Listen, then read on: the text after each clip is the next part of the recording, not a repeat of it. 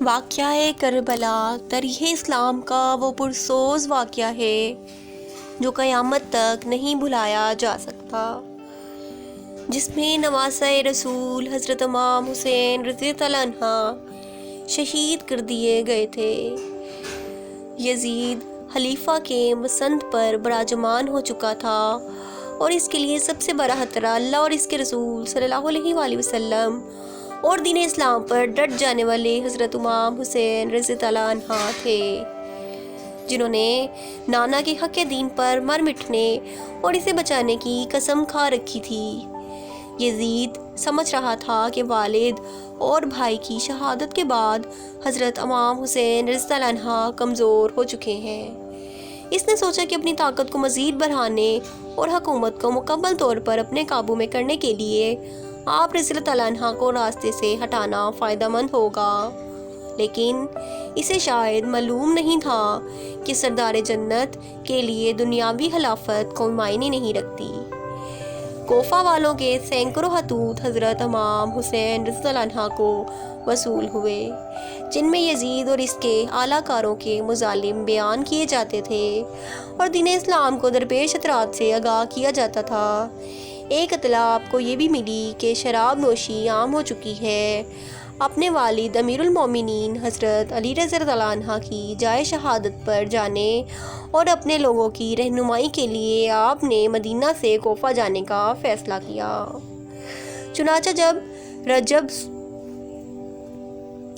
سن 60 ہجری کو آپ رضی اللہ عنہ اپنے بہترین ساتھیوں کے ساتھ مدینہ سے کوفہ کی طرف روانہ ہوئے، برے راستہ مکہ حضرت امام حسین رضی اللہ عنہ اپنے 18 اہل بیت اور 50 اصحاب کے ساتھ کربلا پہنچے۔ 8 ذوالحج کو آپ رضی اللہ عنہ کو کوفہ والوں کی سرکشی کا اندازہ اس وقت ہو چکا تھا جب آپ نے اپنے چچا زاد بھائی مسلم بن عقیل کی شہادت کی خبر سنی، لیکن آپ نے اپنا سفر جاری رکھا۔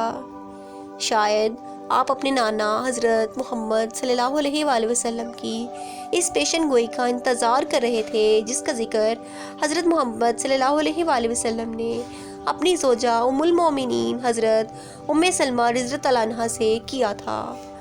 بخاری شریف کی روایت کے مطابق آپ نے ام سلمہ رضی اللہ عنہا کو مٹی دی اور کہا تھا کہ کربلا کی مٹی ہے، جب یہ سرخ ہو جائے تو سمجھ لینا میرے جگر کا گوشہ اور میرے گھر کا پھول حسین ابن علی شہید کر دیا گیا ہے۔ حضرت امام حسین اہل بیت کے ہمراہ 2 محرم الحرام سن 61 ہجری کو کربلا پہنچے۔ بعض روایات میں آتا ہے جب آپ کی سواری کربلا کے ریگستان میں پہنچی تو آپ کے گھوڑے پر ایک عجیب سی کیفیت طاری تھی، جیسے وہ یہاں سے آپ کو لے کر دور بھاگنا چاہتا ہو۔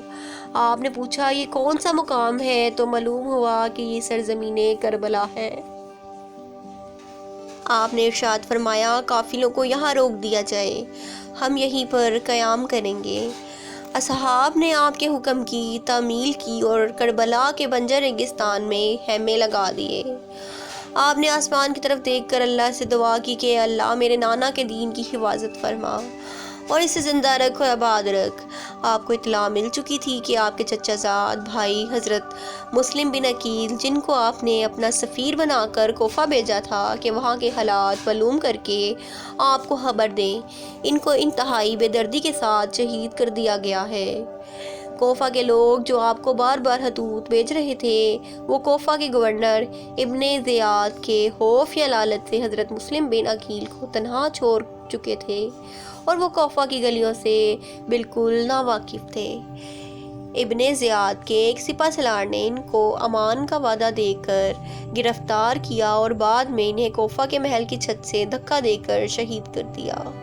اپنے چچا زاد بھائی کی شہادت کا صدمہ اور کوفہ والوں کی بے وفائی کا افسوس آپ کو آگے بڑھنے پر مجبور کر رہا تھا، اور مقصد اتنا بڑا تھا کہ آپ پیچھے ہٹ نہیں سکتے تھے۔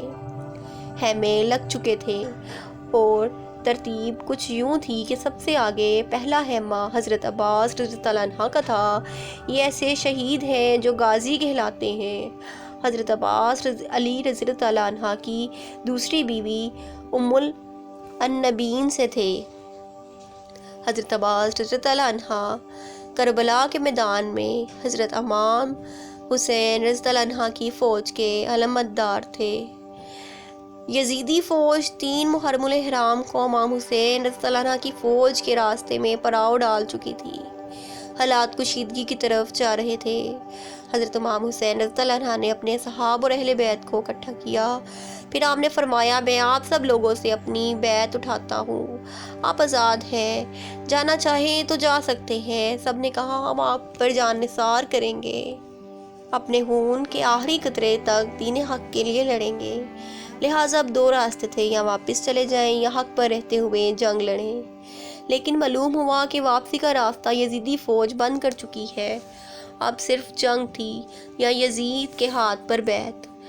ابن زیاد کوفہ سے حضرت امام حسین رضی اللہ عنہ کو باغی کہلوا کر قتل کا فتویٰ لے چکا تھا، اور اس نے مزید فوج کربلا روانہ کر دی تھی تاکہ یزید کی خوشنودی حاصل کر سکے۔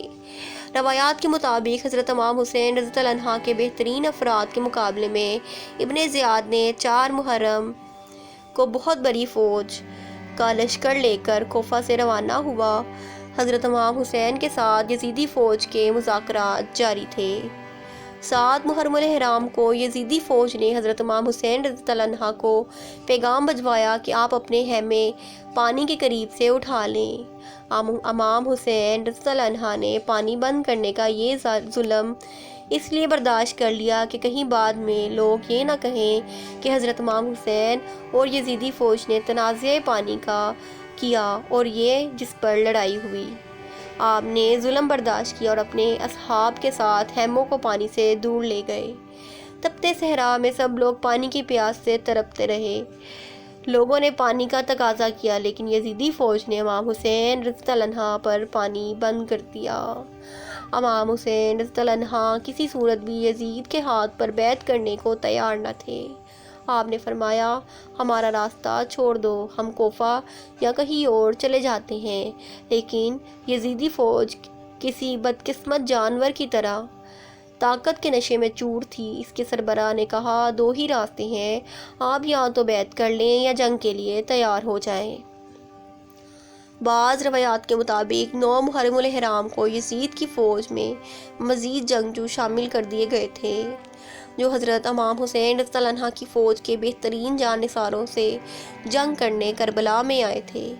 9 محرم الاحرام کی رات حضرت امام حسین رضی اللہ عنہ کو یقین ہو گیا کہ یزیدی فوج آپ کا خون بہانے کے در پر ہے۔ آپ نے اپنے تمام اصحاب اور اہل بیت کو اکٹھا کیا اور فرمایا، آپ میں سے جو جانا چاہتا ہے جا سکتا ہے۔ دشمن اپنے لیے جہنم خریدنا چاہتا ہے۔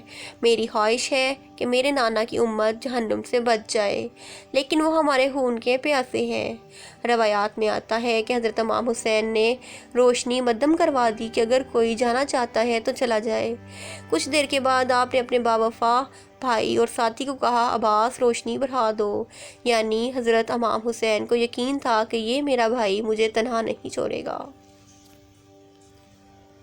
10 محرم الاحرام کا سورج طلوع ہوا تو تمام اصحاب اور اہل بیت نے رات جاگ کر گزاری تھی۔ سب لوگ پیاس سے نڈھال تھے۔ 7 محرم کی شام کو حضرت امام حسین کے حکم سے حضرت عباس چند افراد کے ساتھ یزیدی فوج کو دھکیلتے ہوئے فرات سے پانی کا مشکیزہ بھر کر لائے تھے، لیکن 10 محرم کو فوج کئی گنا بھر چکی تھی۔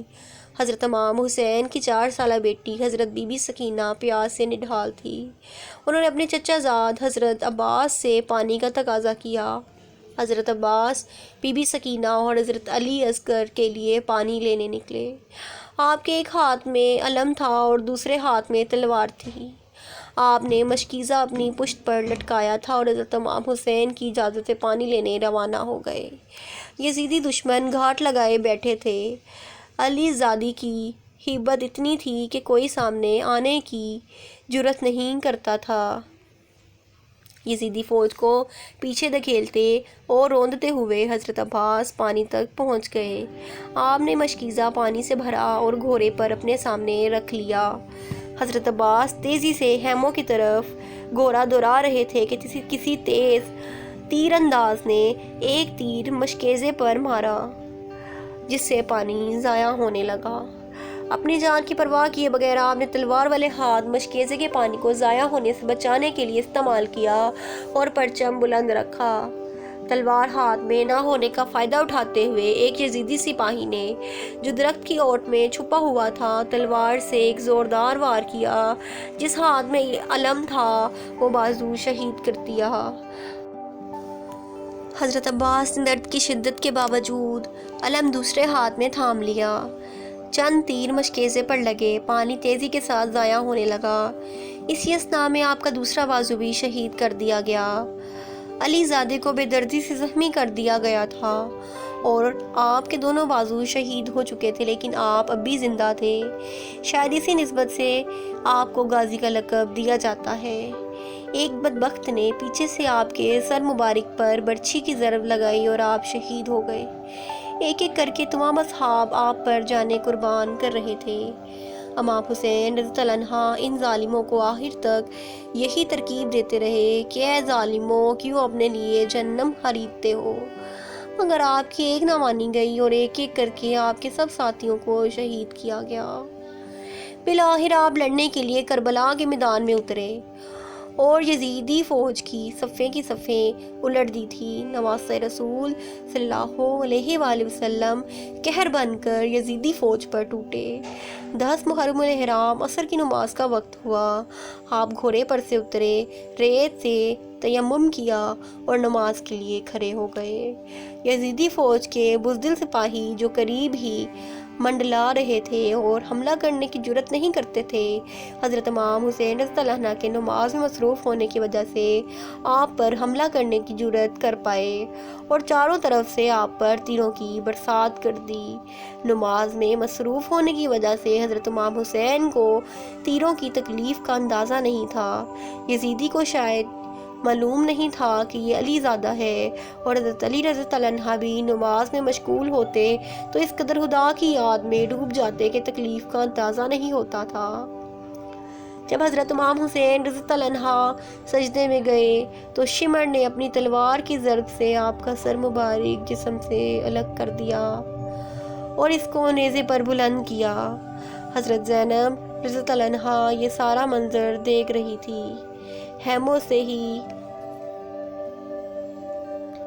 خیموں سے بیبیوں کے رونے کی آوازیں آئیں تو یزیدیوں کی فوج نے خیموں کو آگ لگا دی۔ ایسی مزید ویڈیوز کے لیے ہمارے چینل کو سبسکرائب کریں اور بیل آئیکن کو کلک کرنا مت بھولیں۔ جزاک اللہ خیر۔